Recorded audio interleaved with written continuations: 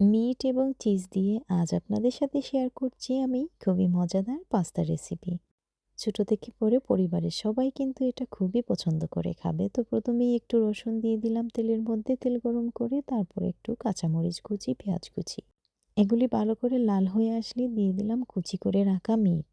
আমি কিন্তু এখানে খুবই সামান্য পরিমাণ ১ কাপের মতো মিট দিয়েছি। তারপর লবণ, হলুদ, তারপর কিছু মসলা দিয়েছি যেটাতে ছিল জিরা, ধনে গুঁড়ো, এই সব কিছু মিশিয়ে তারপর দিয়ে দিলাম আমি ব্রকোলি।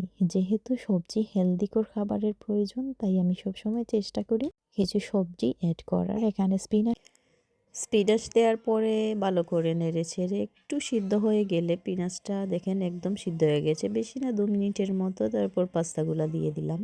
আমি এখানে ২ ধরনের পাস্তা নিয়েছি, দেখা সুন্দরের জন্য এবং স্বাদের জন্য।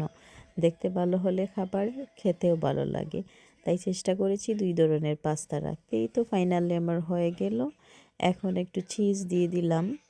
একটু নয়, অনেকটা চিজ দিয়েছি। যে যেভাবে পছন্দ করেন খেতে সেভাবেই দিতে পারেন। দিয়ে ওভেনে করে দেখেন আমার